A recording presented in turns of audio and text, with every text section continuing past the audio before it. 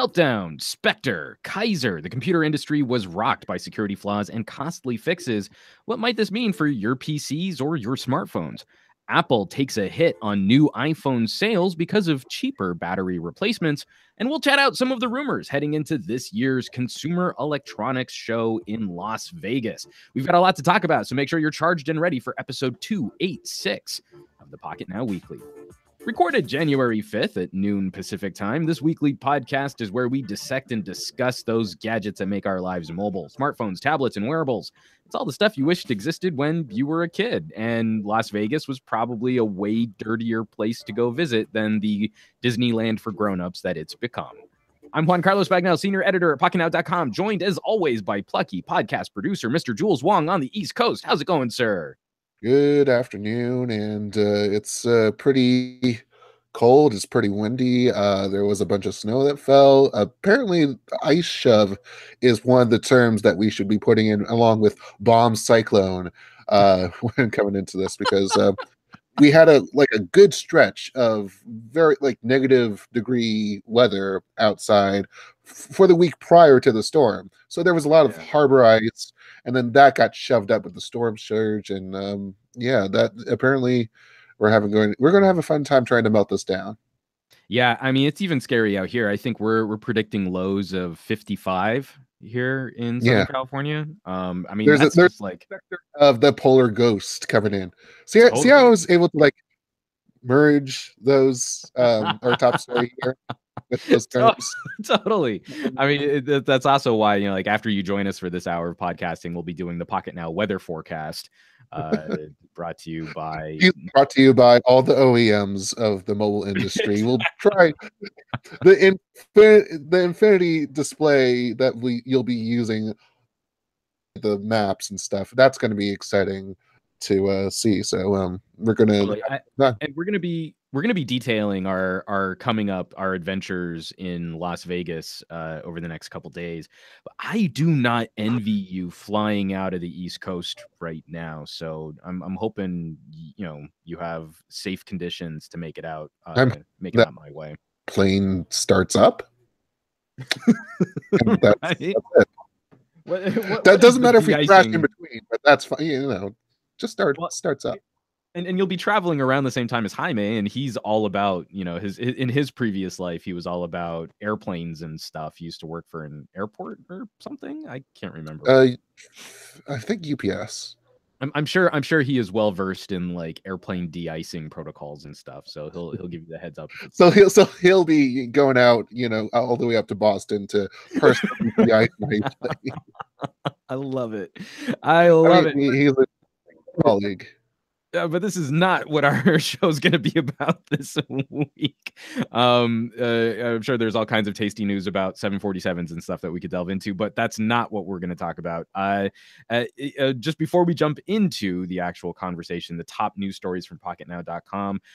Jules, how might someone get in contact with us for the show if they would like to join the conversation? So contact at bombardier.com, .ca.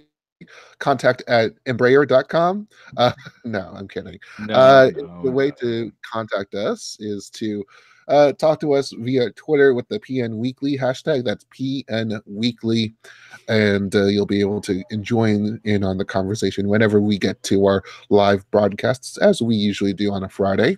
And if you can't make it, well, we certainly have those emails that we want to stack up for our mailbag episode that happens at the end of the month, and you can submit those to Pocketnow.com. So PN Weekly hashtag on Twitter or podcast at Pocketnow.com. Just tell us what you want to talk about. We'll talk about it. Yeah, we already have a couple tweets in now from people watching the show live. We'll be getting to those because they're actually on topics that we're going to be discussing. So some really cool stuff that we're expecting to see over the next week. And I guess, Jules, we should probably just kick it off, man. What was the news like this week leading into one of the world's largest consumer electronic trade shows? For the week of January 1st, 2018, this is all the news that's for the podcast. We're talking about two new industry-wide bugs that people should be worried about on top of Wi-Fi's KRACK attack that we have to talk about. There's also Meltdown and Spectre, and basically these vulnerabilities just melt down the holes, the partitions between apps and the data that's getting sent along, and security is at risk, and this affects that runs on Intel, ARM, so pretty much any smart device computer that you have right now. So definitely a concern. Companies are working to patch that as we speak, although the Spectre one is going to be a little bit tougher to deal with. Spotify is planning on getting into the market through a direct listing with an exchange. Axios first reported that the music streaming company from Sweden has filed documents with the SEC in the U.S. to make that deal possible. Now, this could allow capital investors to cash out, and also avoids a lot of the fees that Spotify would have to incur from entering through a traditional IPO sequence going in. There is no LG G7. Apparently, these games with numbers that we're playing, you might have heard that the Huawei P11 might not happen in favor of the Huawei P20. Well, same thing might be going on over here with the LG G7 giving way to the LG G10 or LG GX, Roman numeral for 10, could still be called G10 because iPhone games, iPhone 10, iPhone X, who knows at this point. What we do know is that LG Display did not make any displays for the iPhone 10. iPhone 10, obviously, with those OLED displays from Samsung, but it is ready to go with future iPhone 10 orders or iPhone 10-esque orders. 15 million panels. The deal is going through, almost finalized, as is reported this week. So it'll be interesting to see how we roll into more of the OLED competition, more of those legacy LCD factories going into it. As we go on to iPhone 10s in general, or in fact any iPhone actually, because when we're talking about the battery replacement discounts that are happening as a result of Apple's big apology that it slowed down older iPhones, well, at least one bank, Barclays, we're talking about, is saying that this could have a meaningful impact on the bottom line from iPhones. They're estimating a 4% drop in revenues for this calendar year because of that discounted replacement strategy. They out of warranty battery replacements are $79 usually. Now they're $29, and because this could go out to potential upgraders who would otherwise upgrade to a newer iPhone. Instead, they're probably just going to get a battery replacement. So that could have impacts on the bottom line right there. And finally, CES 2018 is just days away, and we're now learning that FCC Chairman Ajit Pai has decided not to show up. The Consumer Technology Association said in a statement that the chairman, who helped lead the vote on the repeal of net neutrality rules for ISPs, so he was just unable to attend at two panels he was scheduled to appear on. One of them was with his fellow FCC commissioners, and also the Federal Trade Commission as well. Another on the Federal Trade Commission, just as a panel by itself. So definitely a lot of interesting news going on here. I want to start off with Spotify. We've been talking about Spotify as this money-losing entity, streaming music still growing in terms of popularity, in terms of take-up of subscription numbers. Just this week, Spotify recorded its 70 millionth subscriber paying that $9.99 or $15.99 for that family, $14.99 for that family subscription. So, and there's also this lawsuit that's going on too with Wixen Music Publishing. It represents Tom Petty, Rivers Cuomo from Weezer, a lot of big names, and they're trying to eke out $1.6 billion or some sort of at least better negotiation terms, because it's a result of negotiations of for licensing back when Spotify made its debut in the US, that these licenses were incomplete, that they were not well done, and they're trying to gain some leverage on that. So well, it's there's been interesting in media and entertainment where we watch both film, TV, and music all kind of repeat the same mistakes that their other counterparts keep making, like moving from home video to streaming services. Like the movie industry signed away rights in a way that was very not good for how people usually like monetize those kinds of services, especially like when you look at how the actors unions negotiated for residuals on things like feature films. New technologies came out and they completely underestimated the impact that these new technologies would have. And I feel like the music industry is still reeling from the double whammy of illegal and legal online music sales. So I mean, there this seems was a battle that's been decades in the Oh, totally. in the Well, growth. but that's just it. Is a lot of these things, these contracts that companies sign are years long contracts, not decades long contracts, but years long contracts. And those renegotiations over time, you sort of then start to see what the zeitgeist is going to do. I mean, think about 3 years ago how competitive Apple was in the streaming music sector as compared to how competitive they are today, and how services like Pandora only had a certain chunk of the overall music market. Spotify represents a much bigger conglomerate of all of the media that you can stream and listen to, and they're breaking out into other avenues too, like getting into podcasting and stuff. So Well, I mean, I see it as a roll-on effect from the Napster Kazaa days, where pirating was the rule of the day, when you just didn't want to buy whole albums for $9.99 anymore, yeah. and that led to downloads being single track downloads. That led to just these very devalued like they're counting like 1,500 streams for $1 or something like that. Oh, it's way less than that, probably. And it's also because we lost the power of terrestrial radio. I mean, there's because radio. I mean, the shift of in audience to more spoken word and more, I don't know, live coverage. There's radio's always been a touchy. Well, I think indie radio has found a resurgence in popularity in this new internet-driven era. I'm a huge fan of Warren Only, KCRW, To the Point, an amazing news show which was just recently taken off the air and has been moved into digital broadcast only. It's only a downloadable podcast now, but it's still of the KCRW radio station lineup. Mhm. Still produced by KCRW. But what I mean is, in light of the insane amount of media conglomeration and media acquisition, you don't have radio as the primary resource for music discovery anymore. You use radio as sort of this terrestrial way to reinforce stuff that's already popular. And so at the same time as we saw people now having the economic freedom to only buy one song and not have to buy a CD, a whole album for $20 back in the late 90s when $20, used to be worth a lot more. Now you also saw the weakening power of radio as a music discovery service, and that just goes hand in hand with the rise of services like Pandora and Spotify.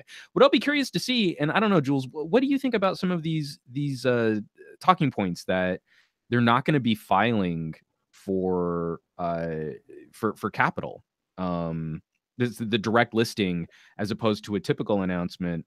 We're going to be sort of underwriting this IPO. Is this evidence that Spotify is trying to go into this with reasonable expectations and not trying to blow up their market value, do you think?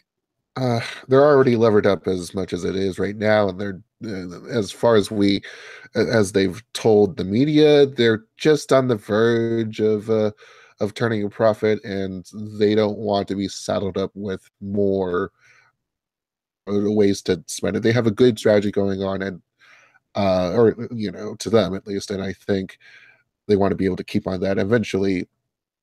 Just be able to exponentially ramp that up and Isn't pay it? everyone back. It's just sort of it feels odd, like, or maybe even refreshing. I don't know. It leaves me feeling a little strange because, like, we're still kind of climbing out of this social media investor boon, like Snap. Mm. You wanted those big numbers, the huge valuation, all of the people getting excited. This is how we're going to make money. And here's a company that actually does have a product that's not just selling people's data, personal information. And they're trying to walk into this with, I feel, slightly more reasonable expectations onto what the valuation of their company is. Yeah. I mean, they have, for them, it's always been about surviving the climb for scale. And they're in 61 markets now. Again, as I just mentioned, 70 million subscribers, a lot of them, most of them in the US, to be frank. Mm-hmm. But, it's just, I mean, when you get more expertise and you grow and you're able to negotiate better terms with more parties, foreign parties, because of course you have to license per country, and it's just that's always fun. But yeah, I mean, they're learning. I'm not sure how horrible this will be, this Wixon lawsuit will be, but Wixon's apparently very much willing to just get them back on the table. Well, Spotify has been really underballing the settlement proposal. It's been to get at. It's Yeah, I just mean, again, it's all about money and putting a number on these things. So speaking of one company that seems to be learning, moving to another about company that putting a may or number on may these not things. be learning about what to put a number on their products. Do you think that the LG's problems are in a name that fixing the name is going to fix the problem? We already have a tweet from Andrew Wallace, friend of the show. He guested a while back to help us talk about some news. And he doesn't think that. And let me just read the tweet. PN Weekly. Honestly, I don't believe that changing the name of the phone series will solve their problems. Better and more intensive advertising, as well as working on quality assurance. The consistency of their product is probably the bigger deal than if it's a G and a number and what that Well, means. they've always had a tougher time trying to advertise series, as we've discussed before, and we'll get into the whole campaigns again. But I don't know where the brand comes into this, because it's again, Optimus was a great brand name.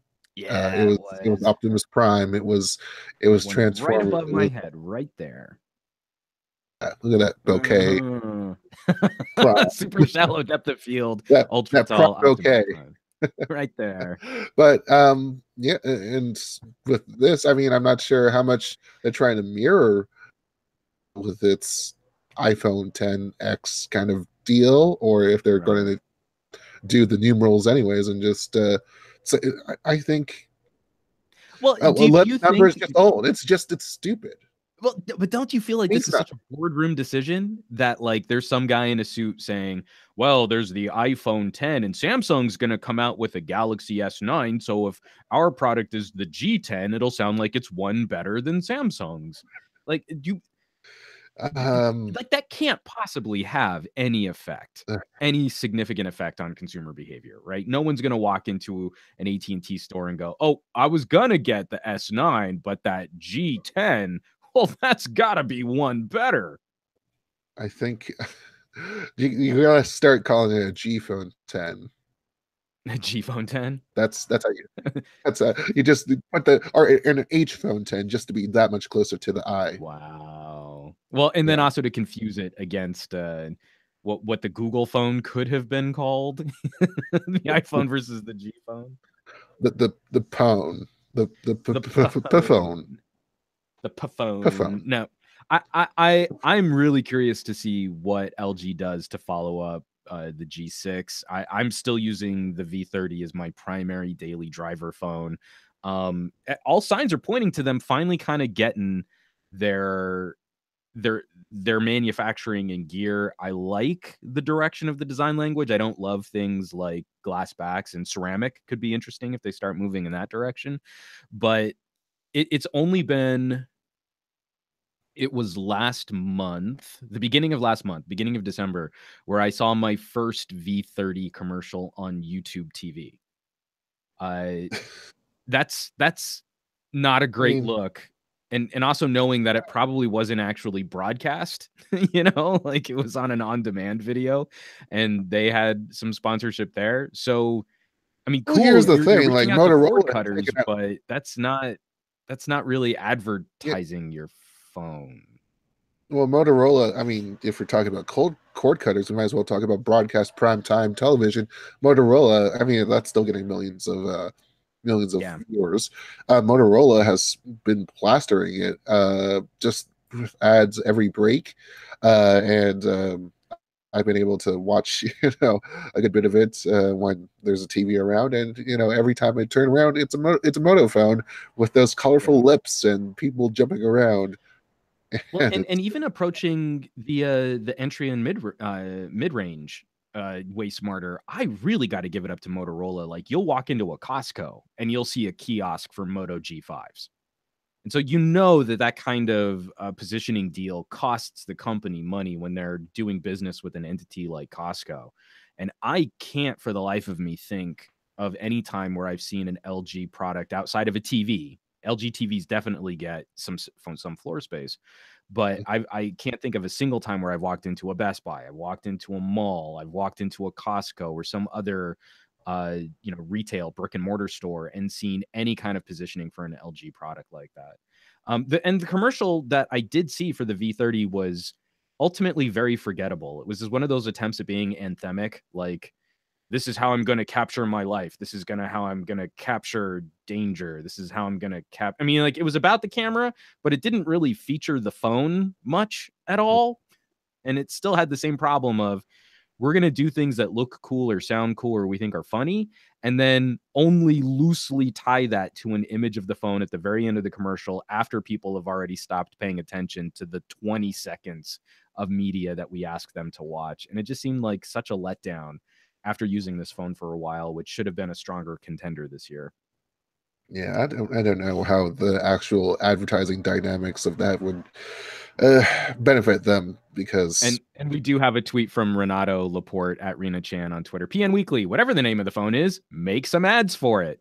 Put some pop-up stores up. Get you have on to have social media. I mean, this is just basic stuff, and uh, they actually have to like place those ads, and I don't know if they Yeah. have the money or will to do that. So, That's I will be very curious to see.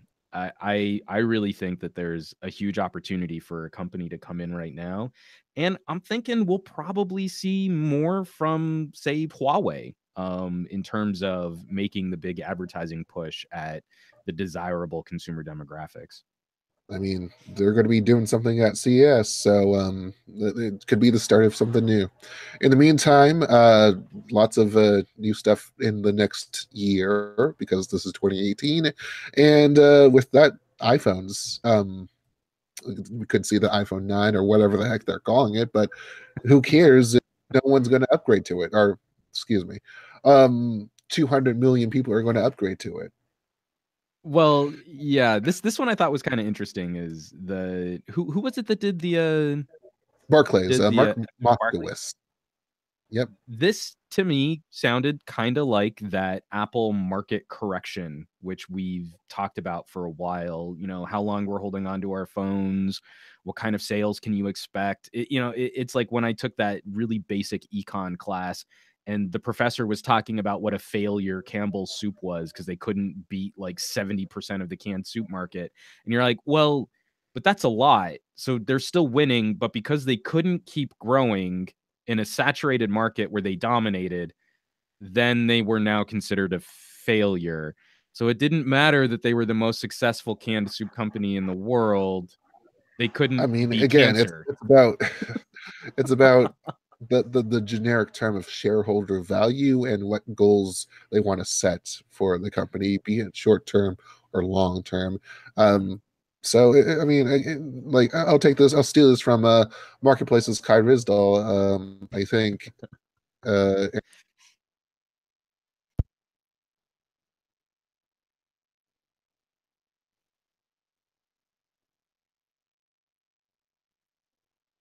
I don't know if it's my connection or yours, but I think I just lost your audio. Yeah, I can't hear you. Sorry, Jules. You start off so strong with Kai Rizdal. I'm a fan.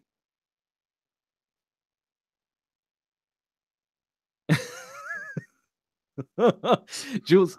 Oh, wait, Hi. I'm hearing something. There's I don't know how. Oh, Jules. it's the battery. Great. So now I have to figure out which of all of these batteries I have to replace with, and I'm not like I threw these batteries away in the trash, and someone decided to pick up, Put you them know, back. put them into this bin. And I know that there are some new batteries in here that You know what? While you're taking care of that, we have gotten some tweets about Spectre and Meltdown. So why don't I just tackle that story? good. We'll do it live. We'll do it live, and we can at least talk about that. This is probably, I think, the biggest news story of the week. Is it has far-reaching implications and ramifications for the entire computing industry. This is from Clay Doe at Chatty Boy on Twitter. PN Weekly has Intel detailed the specific performance hit we'll be dealing with per processor generation by Meltdown and Spectre. And from at MSG Pudding, I would eat pudding with MSG in it. That's probably delicious. PN Weekly, wouldn't it be worse to say something about Spectre because more people now know about it, which means more people will try to abuse it. So let's get into the particulars. I shot a pair of videos on my own personal channel talking about the initial breaking news. The Register put out the story initially. This is sort of beating all of the official press releases by a couple weeks, or at least by 1 week. And then all of the companies scrambled to actually disclose what the information was because the initial reporting did get a few things wrong. So we have two specific security threats that we're faced with, and they're named Meltdown and Spectre.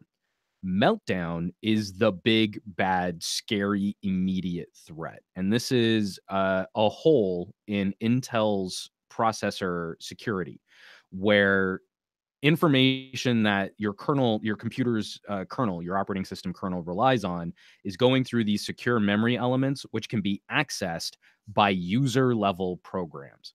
So essentially, like any random script kiddie, a piece of Java, an infected website could actually use this hole to call information from what should be a secure part of the processor. Intel's solution, and this is already being patched. Like there's already a patch for Linux operating systems. The current build of OS 10 for Macs already has part of this patched up. We should be seeing the rest of it fixed in an update soon, if it's not even out by the time this show is broadcast.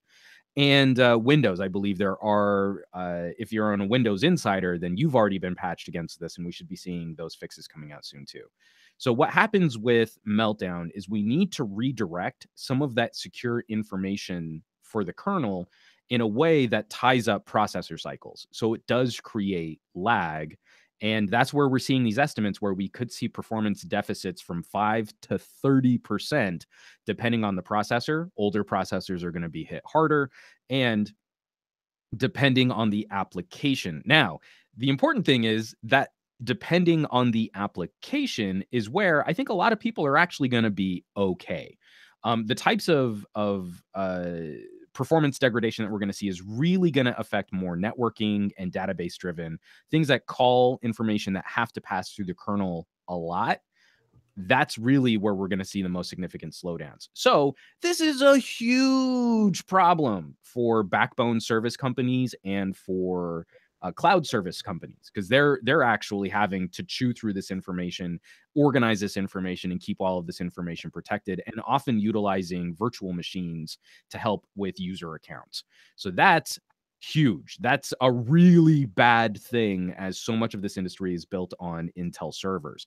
But for general consumers, once you load the program, hopefully that program is coded properly so that you don't see it calling information through the kernel regularly. So loading a game, we might see a scientific impact on how fast the game loads. But once it's up and running, it shouldn't be making a lot of calls like that to have to go through the kernel. So we shouldn't see too much of a performance hit, if any, for most modern video game titles. I'm still afraid that we're going to see some hit for video editing and rendering because of the way that file systems are built. that most video editing software sort of creates its own mini file system within the program, and then that has to access the actual computer file system. We could still maybe see some problems there. Now, and all the worse for x86 tasks. Well, yeah, but again, what we're hoping to see is if a program is efficiently coded, hopefully it won't be the full upper limit of performance hit or performance loss that people are worried about. The microphone out just to insert something in there. No worries. Okay, so that's the first one. That's Meltdown. That one's actually really freaky scary. Spectre, we're only just beginning to unravel what the problem with Spectre might be. So when this information was disclosed, I found Intel's response to this to be slightly disingenuous, because they kind of did this press release saying, well, all computers have problems, sort of trying to downplay the fact that Meltdown was a huge problem specifically for Intel processors, and Spectre is a design flaw in CPU architecture that has been around since, I want to say, for at least the last 20 years. And so we have been making certain assumptions about security while trying to improve performance. And it would turn out that some of those assumptions have not been completely accurate. And so there is a potential hole. We don't know of any real world exploits utilizing this hole, but it affects every processor that's been made over the last 10 to 20 years. And there's no real way to fix it outside of manufacturing new processors. There are a few things that we can do to make it harder to exploit this hole. There are a few things we can do to try and move information around in a way that's more secure. But ultimately, there's a hole in the bucket, and the only way to fix it is to make a new bucket. Spectre is going to affect, or it has the potential to affect, desktops, laptops, Mac, PC, Linux, and processors developed by Qualcomm, HiSilicon. Everybody is going to be affected by Spectre. So to get to the question from Colton from MSG Pudding, there are two sort of ideas about security. You can try and have security through obfuscation by trying to hide this information from the public, or you can have security by broadcasting this information to the public. I am a fan of the latter idea. I think the more you try and keep these things under wraps, the more likely this stuff will be exploited by bad actors around the world, and we just won't know about it. Now that we know about it, and people will have it on in their mind, like, when I upgrade my computer, I want to get a CPU that's immune to the Spectre bug. You have, I think, ultimately better security in the long run. Now, so what that's about just my feeling on it. And yeah, there's going to be a lot of information that's going to be coming out, I think, over the next couple of weeks, and when it comes to security, because, like I said, we're only just starting to see the ramifications. And that's not to say that someone might not find a way to exploit Spectre before we can get new hardware to fix the problem. Now, there's always a question of who's disclosing what information with each of these vulnerabilities, and I was wondering if how you think the register handled it, as opposed to perhaps letting the companies point thing at the time that they dictate. I kind of feel that the register wanted the scoop. I'm not entirely thrilled with how they went about disclosing this, because they didn't have the complete picture on what all of the problems were. But it also sort of shines a light on manufacturer behavior. I don't think it's directly related to the discovery of Meltdown, but it's a bad look when the end of November, Intel CEO is dumping millions of dollars worth of Intel stock 6 weeks before the plan had kind of been created to disclose Meltdown to industry insiders. So we have a time frame where Intel was probably sitting on this information for over a month, and Meltdown was a scary enough problem that a month of it sort of being vaguely aware meant that we probably could have seen some actual malware created by this. Maybe not weaponized like that North Korean hack like WannaCry. But again, people could have started to try and exploit that. And we know how many computers would have been vulnerable who aren't currently getting updates. That's also going to be a major problem for the computer industry, or all the computers that are sort of end of lifed and not getting the same quality of security patches.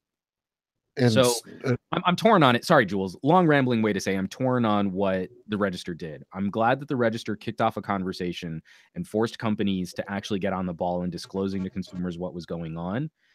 But a week later, it probably would have arrived just the same. This information would have happened, at the end of CES when we were all talking about tech and news and politics and stuff. And I'm not sure how much of a benefit it was, but good on them. They got the scoop. So I guess that's what's important. And in terms of the ARM impact, because we're obviously going to have to bring it back to mobile here, how much of this is really going to be? I mean, already we had the KRACK exploit, and Google, I feel, fell down on its face with the decision to put it on as an extra level patch, as a November 6th patch, where you even take the 5th patch, and they're all just stuck on the first day patch. And it wasn't until a month later that they got that patch. So where do we lie in terms of that kind of attitude, that kind of approach to fixing these things? Well, and I share your sentiment. I think it's disappointing for a lot of Android users out there knowing what the relationship is between Google manufacturer and carrier. It's something that we've been griping about for a long time. It's great that Google can fix holes in Android, and it's great that we're getting these sort of monthly security updates, but how many manufacturers are really on the ball in getting them to our devices? And so we can continue to be frustrated with the manufacturers, but after a point, it's also just like, what is Google doing to actually put pressure on these companies to provide the service that they really should be in an era where so much of your personal data is referenced by your phone? I mean, that's a primary computing device for many people. Maybe even most people now. I'm so much more likely to check my phone for a lot of my daily life information than I am to wait until I can sit in front of a desktop. So I think it's another data point that Google needs to not only lead this discussion, but make it more painful for companies not to play ball, especially as we're in an era of $1,000 smartphones. It's really not okay that a smartphone which costs more than a laptop and is used more readily than a laptop will have these kinds of holes in user data security. Priorities. Where do they lie? Well, after a downer of a story, I think because I'm all against death threats here, because Ajit Pai, I know that he's been talking about that, he's been facing them, and even on a topic that has been so viscerally been just been against this guy, against the repeal of net neutrality rules. He shouldn't have to face death threats. I mean, that's the end all be all. Yeah, I mean, that's really the only thing I have to say about it. We all know that we wouldn't have gotten any good information from him in these panels at CES. That's not what we're upset about. It's not that we would have been able to confront him. A story just came out. I just read it on Reddit this morning that literally 0 public comments were referenced in their repeal of net neutrality. So we know that they're not acting in good faith as a public regulatory agency. We know that this is regulatory capture, and we know that they're just going to continue parroting the same industry talking points that they've been voicing since Ajit Pai's been on the FCC Council. I think if there's any shred, if there's any shred of it, just appearing as if you're a public serving the public, then you would want to at least face the fire of a spray of journalists. I think that it's simply you could manipulate the conversation with one-on-one interviews beforehand, which Pai did do with traditional media outlets, and this topic itself has I don't know. to finish my point, we could all have been certain about this type of conversation from the FCC currently and their role joining a public forum at an event like CES.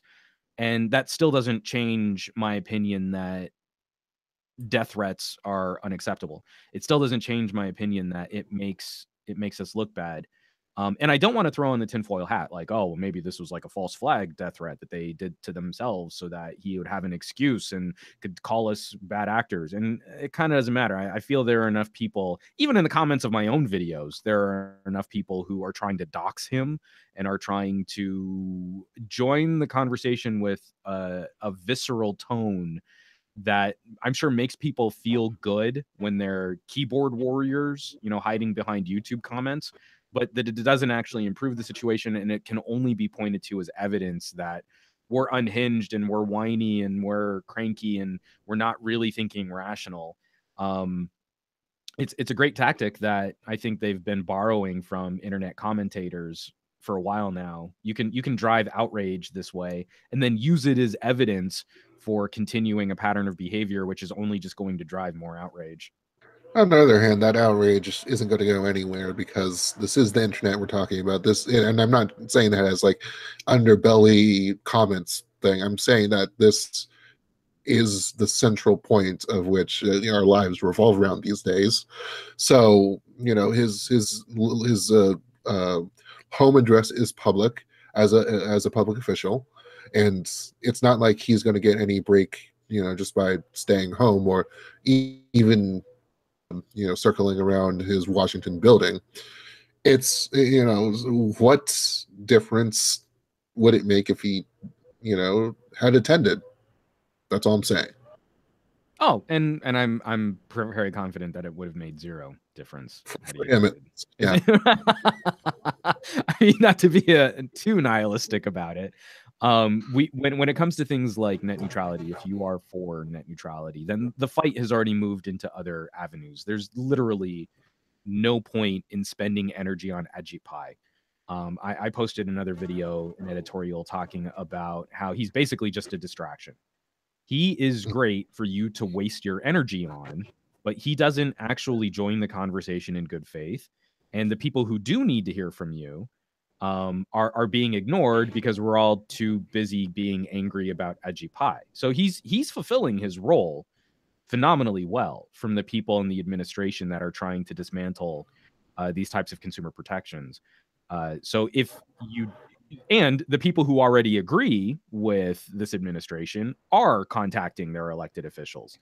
So we're losing that fight on two fronts. If you really want to join the conversation, posting a dank meme about Ajit Pai on Facebook does literally nothing and also improve the situation, and it's a waste of your own effort and energy and time. I know it's a lot of tech journalists that will attend the event anyways, but if you're a passerby or someone who's vaguely interested, you should still go to these panels because the two Republican commissioners that voted for the repeal, Brendan Carr, Michael O'Reilly, they'll still be there, as well as Mignon Clyburn and Jessica Rosen. I can't pronounce her name, but they're still going to be there. Especially Mignon Clyburn, I'm going to try, because I'd just like to shake her hand. The way that she has joined this conversation and her write-ups, her dissenting opinions are phenomenally well thought out. And I think she has become an excellent voice in this debate for delivering rational information and in a way that really does seem to focus on consumer benefit, which should be the priority at the FCC. We did get a tweet in from @PanzerZ retweeting @TechNinjaSpeaks. Death threats are never okay, though he is up there with Ted Cruz for the most punchable face award. And I would agree, which means he is exactly occupying the role like he should. We're angry at him. He's got the punchable face. We're going to spend time photoshopping him into all kinds of meme images, and literally nothing will happen from that effort or energy other than us feeling better about him being annoying. I agree. I'm with Kevin Ether on this one. What did he expect? So Well, there are certainly more things that are important than a Jeep Pi or even the FCC or FTC that are going to be at the CES, the Correct. CES. The CES. Mm-hmm. Not a CES, the CES. Which apparently stands for nothing, as they have taken away the meaning of CES. I think either last year or the Yeah, I prior still year. call it the Consumer Electronics Show. I know I'm not supposed to, but it What is are you what it talking about? is. I've never heard of this Consumer Electronics Show. I only heard of the CES.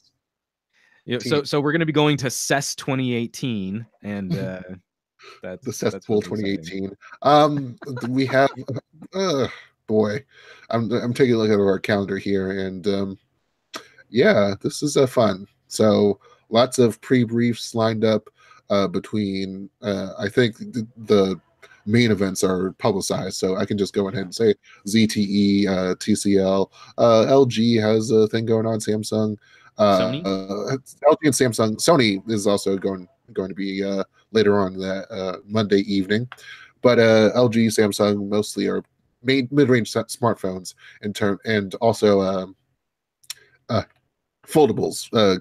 2-in-1s. So those might be in our interest to cover, maybe. But Maybe, if we feel like it. mhm. Sony.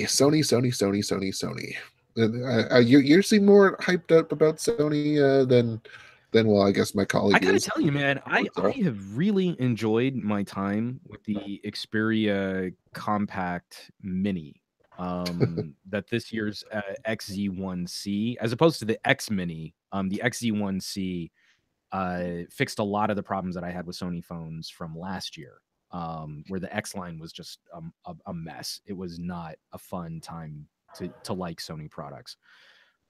So if Sony can in earnest join the sort of entry level or mid range conversation again with this sort of refreshed approach, and from some of the rumors that we've seen, walking away from classic Sony chunky bezels, giving us something a little bit more current with a maybe a 2:1 aspect ratio or something just a little more svelte.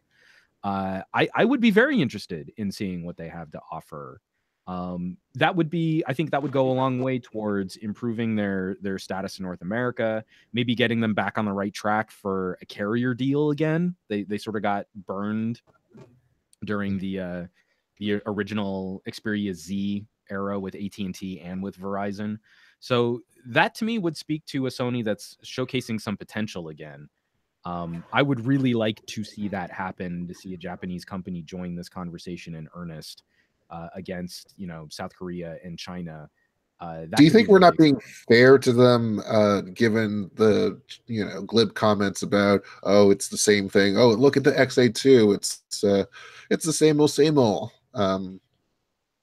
It's tough to say because, in being fair to them, I had a lot of problems with them in 2016.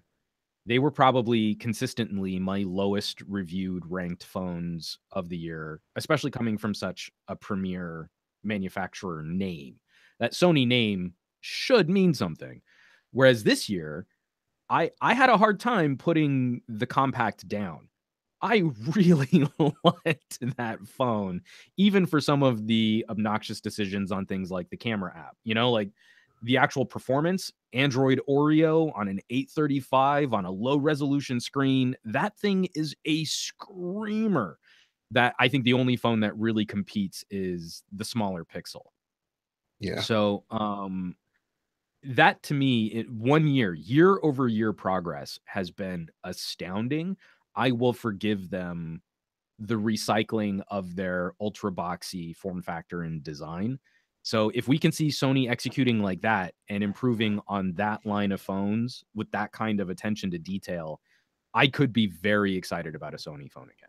I mean, for the upgrades and improvements they've done in terms of optimizing the software, as well as just contributing to Android features in general through AOSP, like they should be getting more credit. But I mean, I don't know how many of us are just all in it for the looks. Yeah. Well, and the thing is, I do actually kind of like the boxy design. I mean, I don't hate it. I don't hate bezels. I like having something chunky that you can hold on to. I like the dedicated camera button. I like the flat sides. It's why I like the form factor of the LG G6 better than the form factor of the V30, even though the V30 is overall a better phone. It's all of those little touches and nuances. So if you could just extend the screen on a Sony and leave the other dimensions pretty much the same, I think that would go a long way towards addressing some of these issues that people have with the form factor. But I don't know. I think we're going to see in 2018 most manufacturers going to skinnier, slimmer, infinity display style knockoffs, smaller bezels, and the whatnot. So we'll have to see how Sony addresses it. But I don't know. I'm tentatively very anxious and very curious to see what they might have to show, because if they can join the conversation, like I said, really join the conversation in the mid range, that might be the best place to do it, where you don't have to take a risk on a Sony product at $900. That would mean that they are way more competitive against all of these other phone manufacturers, even a OnePlus, in the middle of the pack with a brand name that still resonates with consumers. I'm just checking my flight schedule, and I thought it was. I thought for some reason I've been thinking that I was supposed to leave on Wednesday at 10th, when we still had like a whole bunch of stuff to get through. In fact, I'm leaving on the 11th, which is a good thing. Oh yeah, what yeah, I'm going to do. That's definitely a good thing. Yeah. Well, we could record a podcast or something. That sounds nice. We'll have to see if we can put it together. That would be.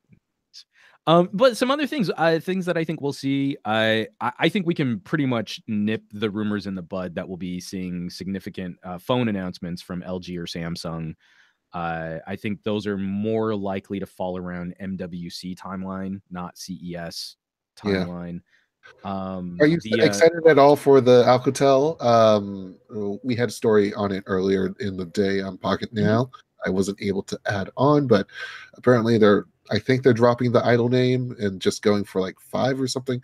The page is freezing up on me, so I'm just going to say that's well. Again, this is what's such a bummer is the problem isn't the name. The idle name is fine.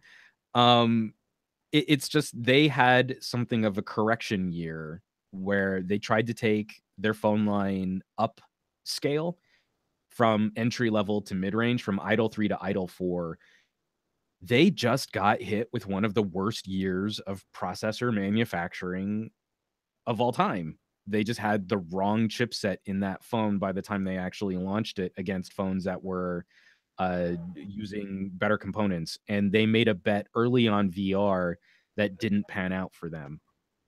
So the Idle 5, especially the Idle 5S, that is a great little phone. I really like that phone, and it totally deserves to be in the conversation against devices like Moto Gs and Huawei Honor, or even Honor 6.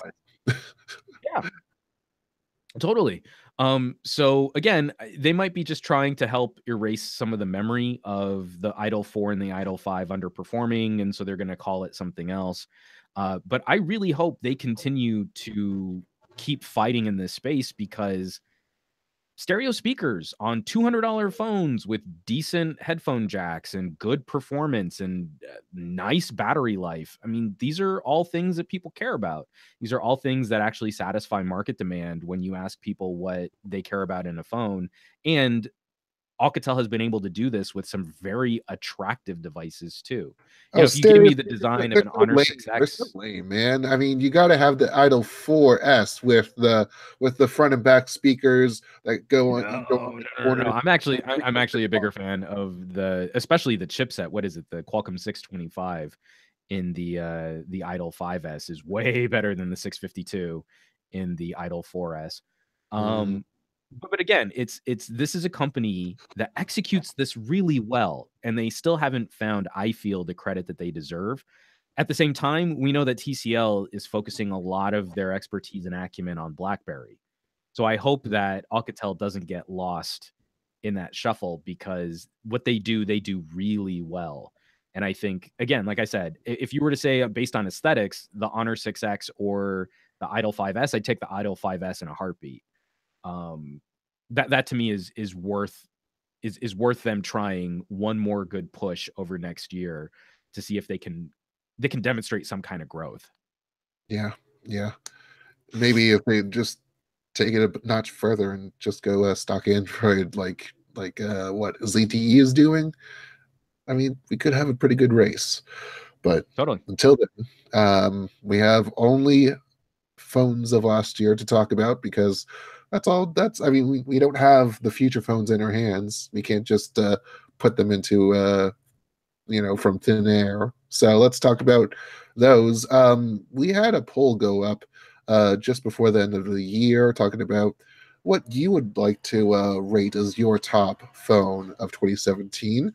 And I think it's time that we talk about the results. They've been public for a little bit, but I think it should be of no surprise that the Galaxy Note 8 was the top finisher with 23% of the vote.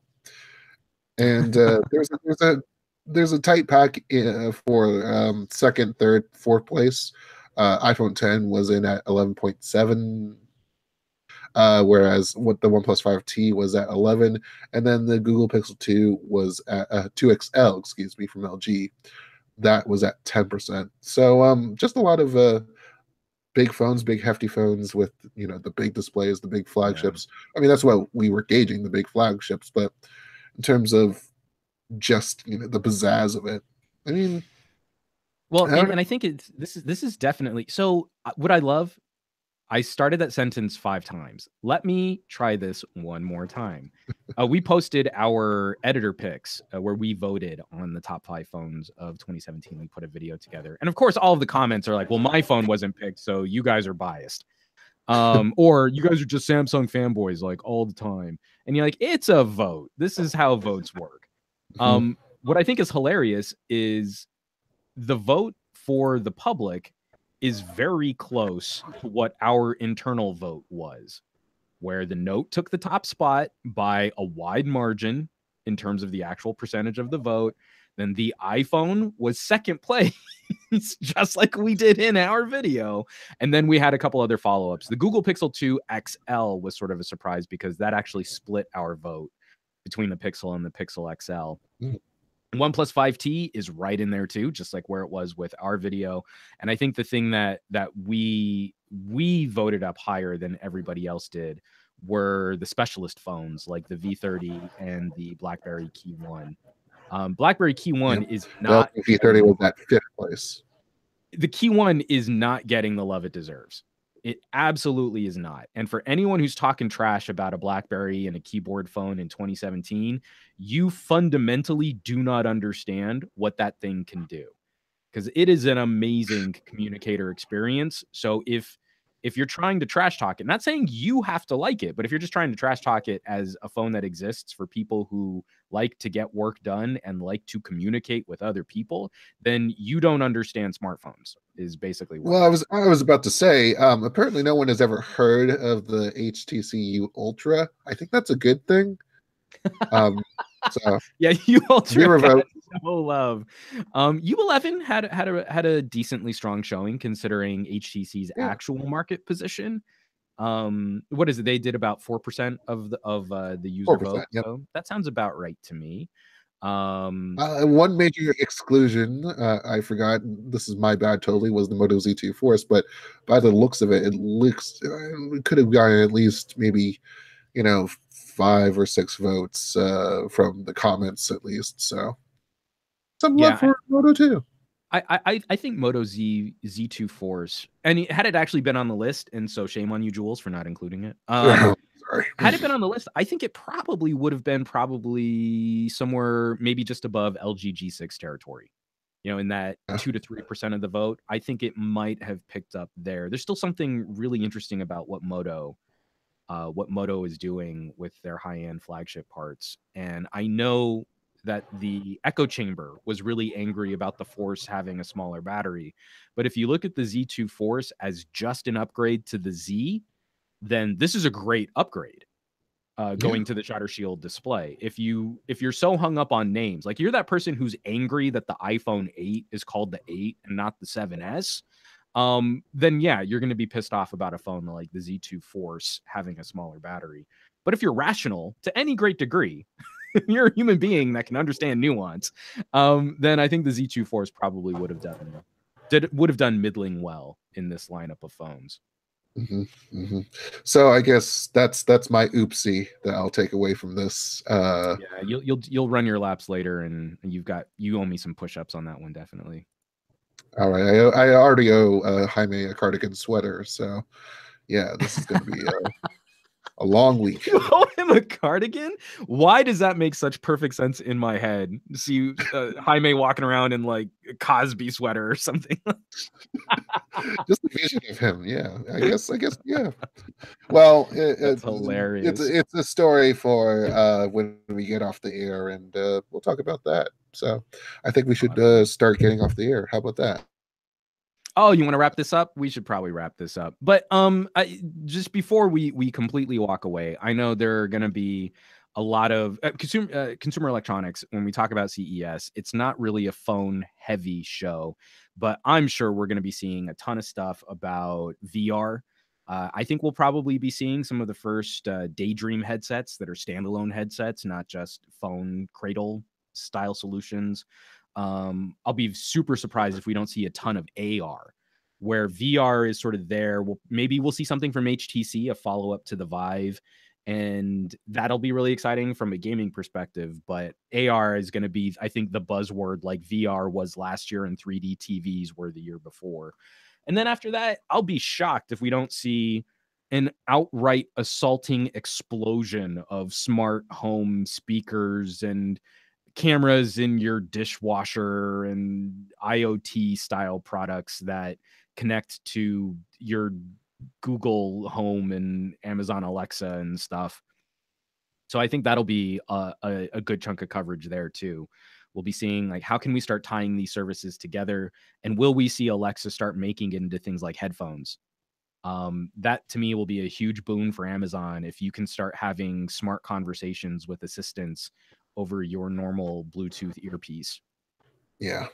I mean, that's what we've been seeing with Google Assistant, with the Pixel Buds, and I mean, more of them are going to be popping up from third parties. It's a major fun fest for the third party. So I mean, just imagine having that Google Assistant conversation baked directly into a nice pair of Bluetooth headphones. I would maybe be a bit more swayed by that. I would prefer it if like we had just one universal solution where people from all different cultures could actually wear it, and then we would actually have efficient instant translation, and we could live in the happy world that Google wants us to live in when it debuted. And I think to myself, what a wonderful world. And on that note, we're gonna wrap this episode up. There you have it, folks. Another episode of the Pocketnow Weekly has come and gone. This show is over, but the conversation continues on Twitter, where Jules is at Point Jules. I'm humbly at Some Gadget Guy, and be on the lookout next week for our CES coverage. You'll find us all over the place talking about the coolest products in mobile and lifestyle technology. Pocketnow is around the web: Twitter, Instagram, Facebook, Google+, YouTube, and our home sites, pocketnow.com, es.pocketnow.com. We're basically everywhere. Now, shows like this cannot continue without your support. Sharing the weekly with your friends who love technology, and by dropping reviews anywhere you can review a podcast. It definitely helps us find new audience members, new people to have this conversation with. Because ultimately, there wouldn't be a show if it weren't for those listeners and subscribers who have kept us on the air since 2012. The Pocketnow Weekly will be back next week with all kinds of delicious technology goodness from Las Vegas. So make sure you tune back in.